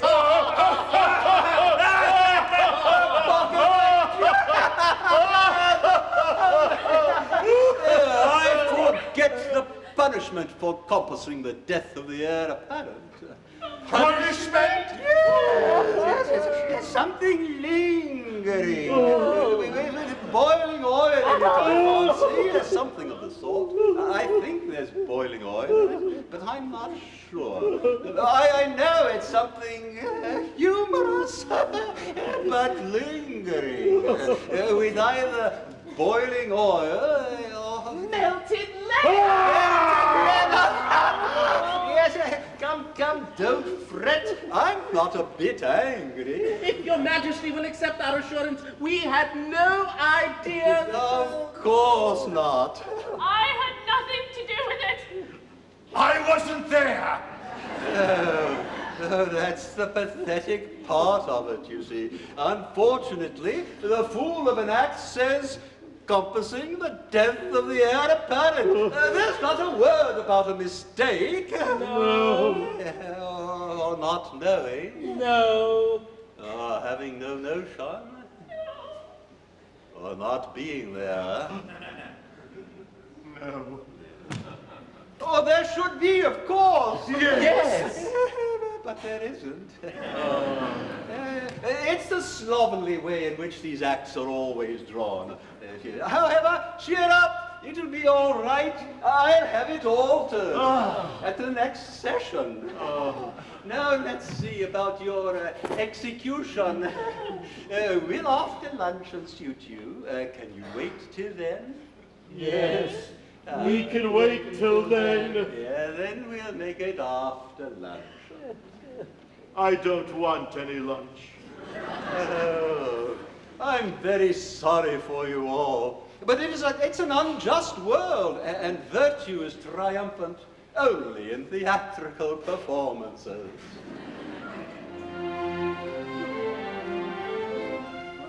See how the fates their gifts allot, for A is happy, B is not, yet B is worthy, I dare say, of more prosperity than A. Is B more worthy? I should say he's worth a great deal more than A. Yet A is happy, oh so happy, laughing, chuffing, nectar quaffing, ever joyous, ever gay, happy, undeserving A, ever joyous, ever gay, happy, undeserving A.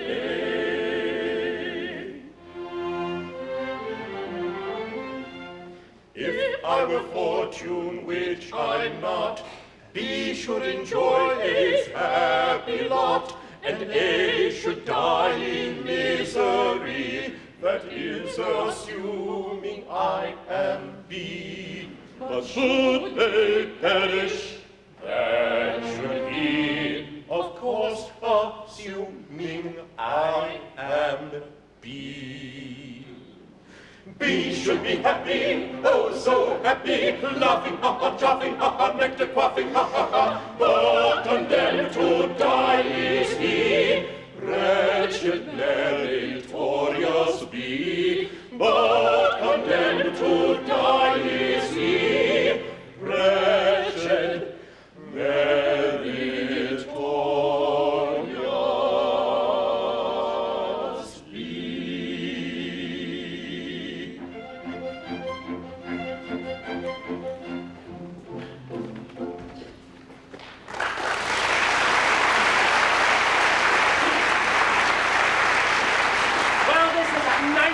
You've got us into, what with your nodding head and deference due to a man of pedigree. Merely corroborative detail intended to lend artistic verisimilitude to an otherwise bald and unconvincing narrative. Corroborative detail, indeed.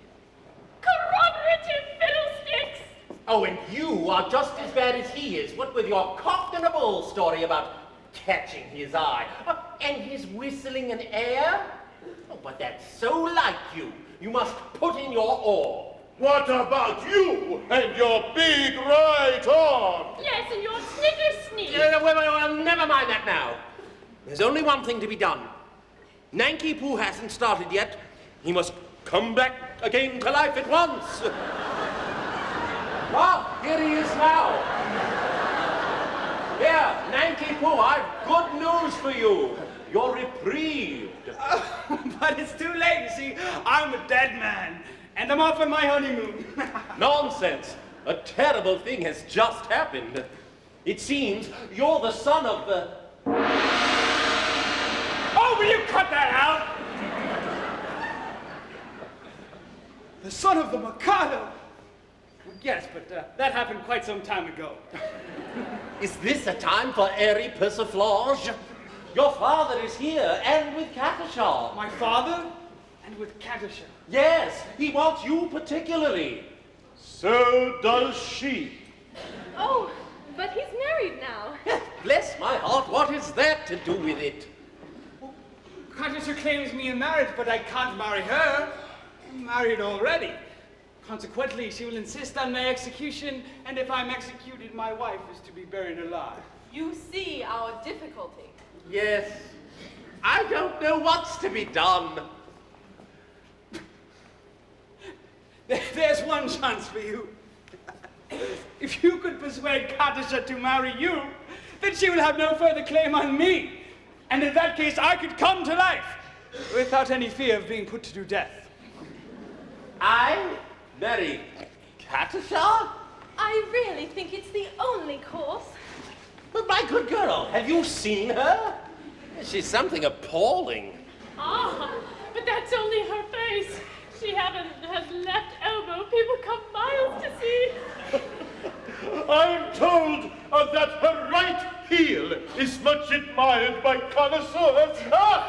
My good sir, I decline to pin my heart upon any lady's right heel. It comes to this. While Katisha is single, I prefer to be a disembodied spirit. When Katisha is married, existence will be as welcome as the flowers in spring.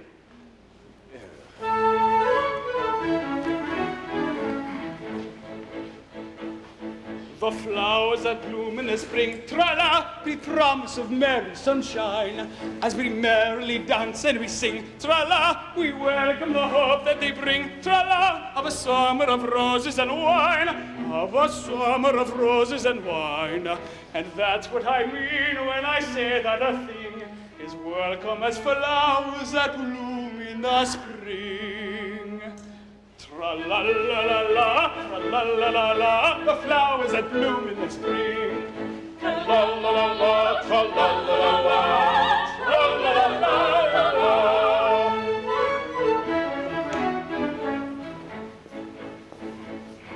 The flowers that bloom in the spring, tra-la, have nothing to do with the case. I've got to take under my wing, tra-la, a most unattractive old thing, tra-la, with a caricature of a face, with a caricature of a face.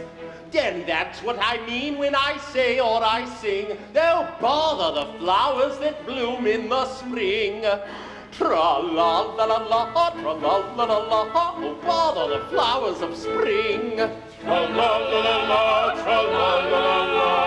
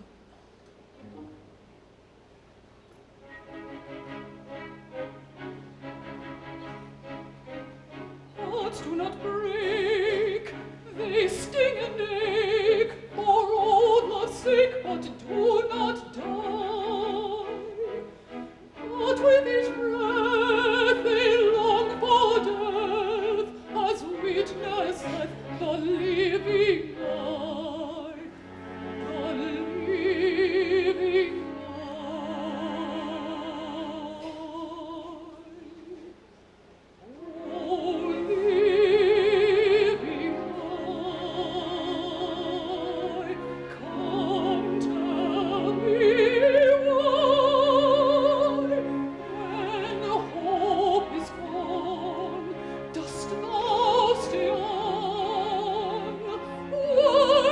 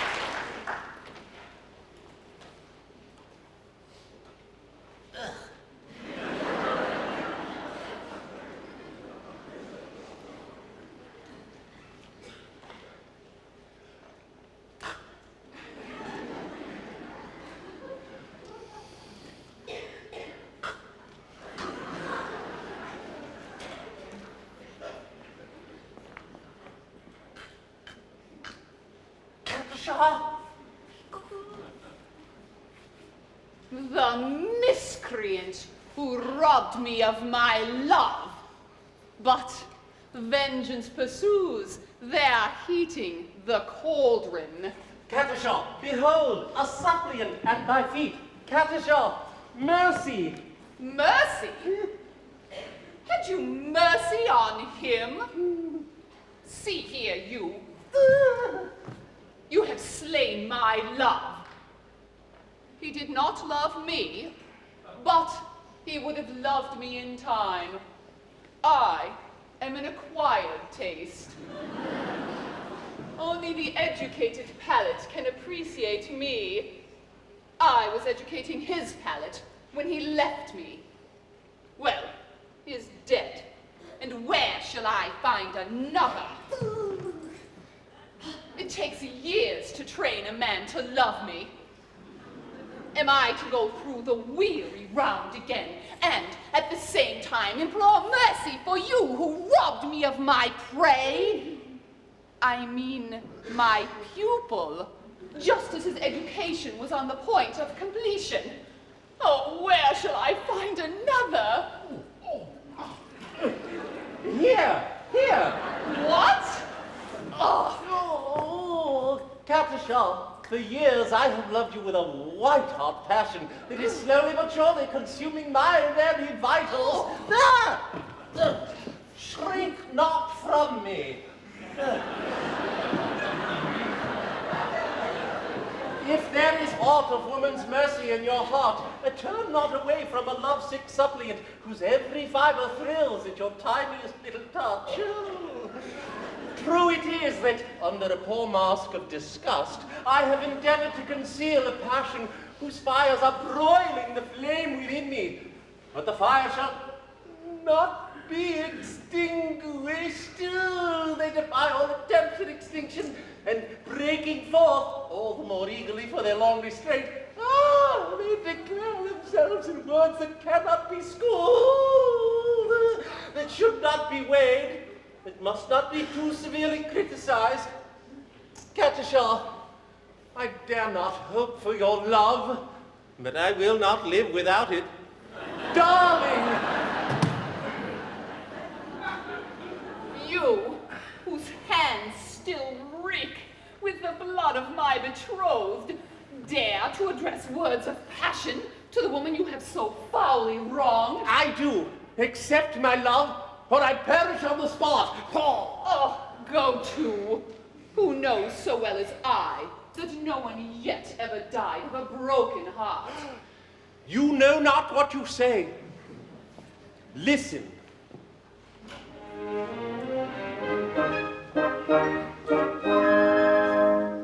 On a tree by a river, a little tom tit sang willow, tit, willow, tit, willow. And I said to him, Dicky bird, why do you sit singing willow, tit, willow, tit, willow? Is it weakness of intellect, birdie, I cried, or a rather tough worm in your little inside? With a shake of his poor little head, he replied, Oh, willow, tit, willow, tit, willow. He slapped at his chest as he sat on that bough, singing willow, tit, willow, tit, willow.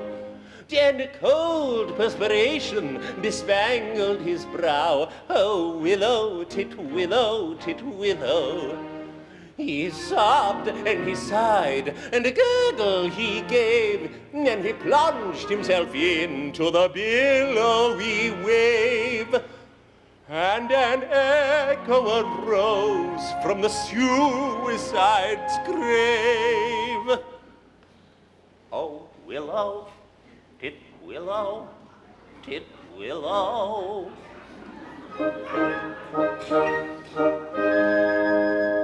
Now I feel just as sure as I'm sure that my name isn't Willow, tit, willow, tit, willow. that was blighted affection that made him exclaim, "Oh, willow, tip, willow, tip, willow." And if you remain callous and obdurate, I shall perish as he did, and you will know why. Though I probably shall not exclaim as I die. Oh, willow, tip, willow, tip, willow.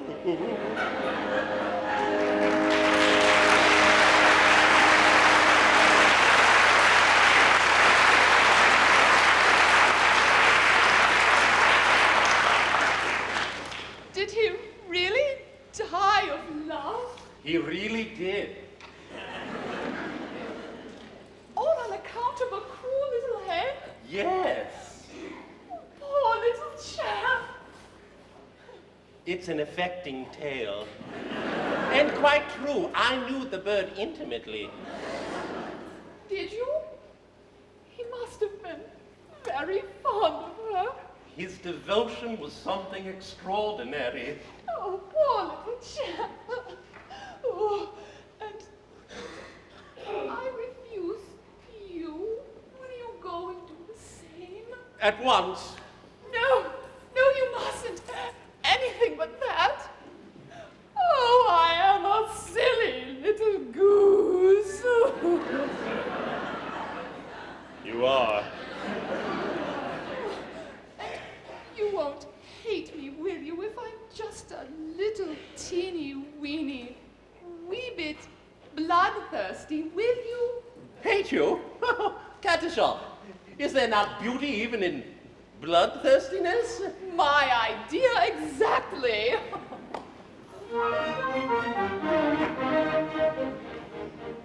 There's beauty in the bellow of the blast. There's grandeur in the growling of the gale. There's eloquent outpouring when the lion is roaring and the tiger is lashing of his tail. Yes, I like to see the tiger from the Congo or the Niger, and especially when lashing of his tail. Volcanoes have a splendor that is grim, and earthquakes only terrify the dogs.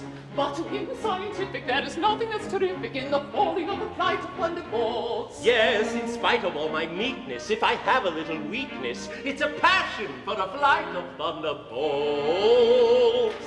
If that is so, sing daddy down daddy, it's evident, very hot, we saw one. Away we'll go, and very, very no troubling, very good day, it's done.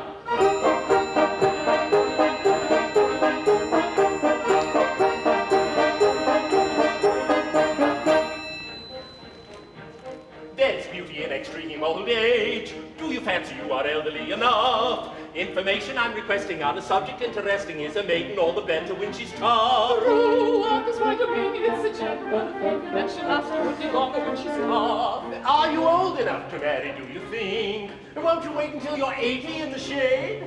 There's a fascination frantic in a ruin that's romantic. Do you think you are sufficiently decayed? To the matter that you mention, I have given some attention, and I think I am sufficiently decayed. If that is so, sing daddy down daddy, it's evident, very obvious, someone. Away we'll go, and verily, very no troubling, very today is done. If that is so, sing daddy down daddy, it's evident, very obvious, someone. Away we'll go, and verily, very no troubling, very today is done. Sing daddy down daddy, well, merrily, very no troubling, very today is done.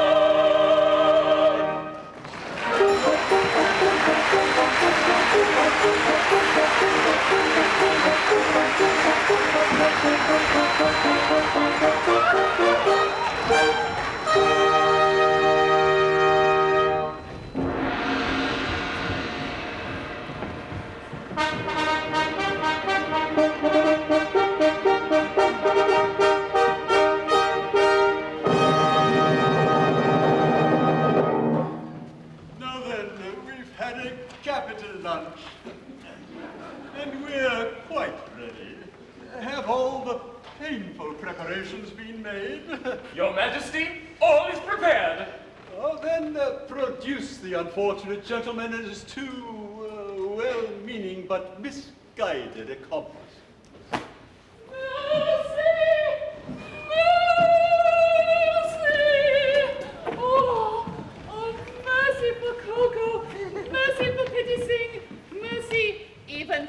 Pooh-Bah. I beg your pardon. I don't think I quite caught that remark. Mercy, even for Pooh-Bah. Mercy, my husband that was to have been is dead, and I have just now married this miserable object. No, you've not been long about it. We were married before the registrar. I am the registrar. No. But my difficulty is that as you have slain the heir apparent... The heir apparent is not slain. Bless my heart, my son! And his daughter-in-law elected. Traitor, you have deceived me. Yes, you are entitled to some explanation. But I think he'll give it better whole than in pieces. It's like this, Your Majesty.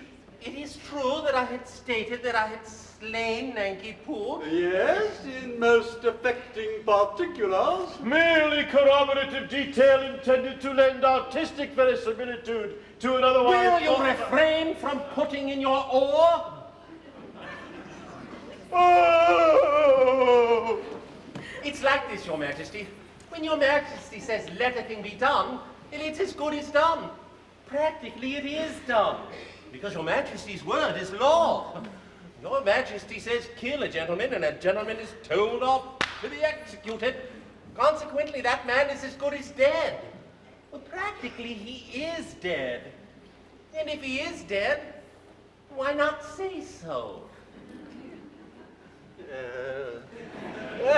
I see.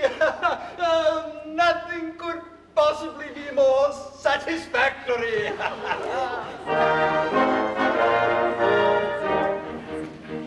For he's gone and married Yum.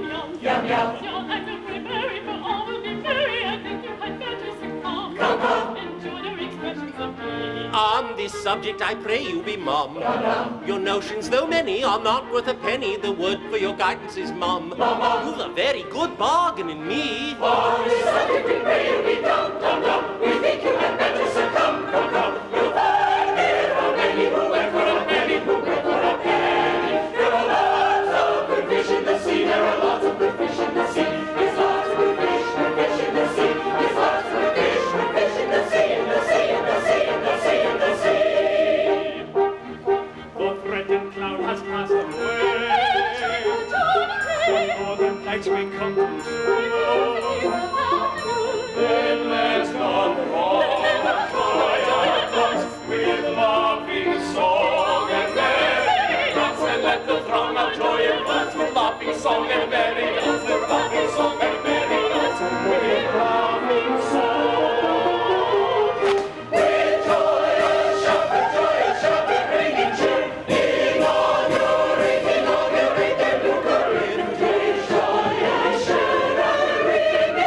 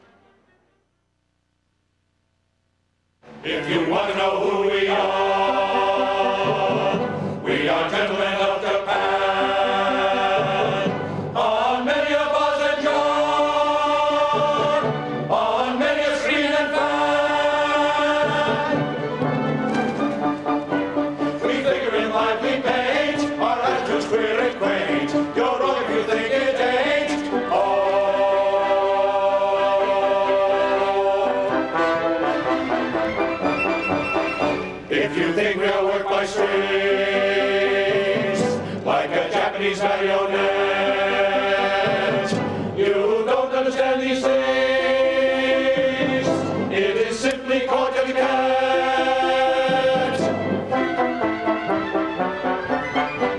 Perhaps the fault is wrong. Can't keep it up all day long. If that's your idea, you're wrong.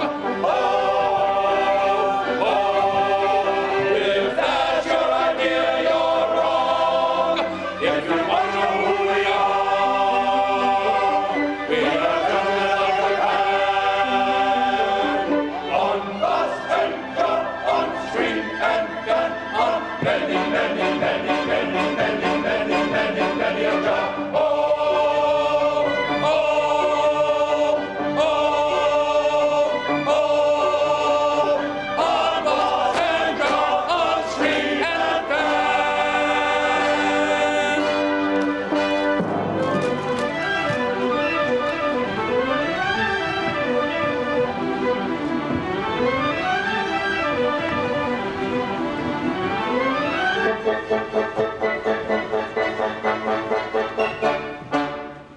Gentlemen, I pray you tell me where a gentle maiden dwelleth named Yum Yum.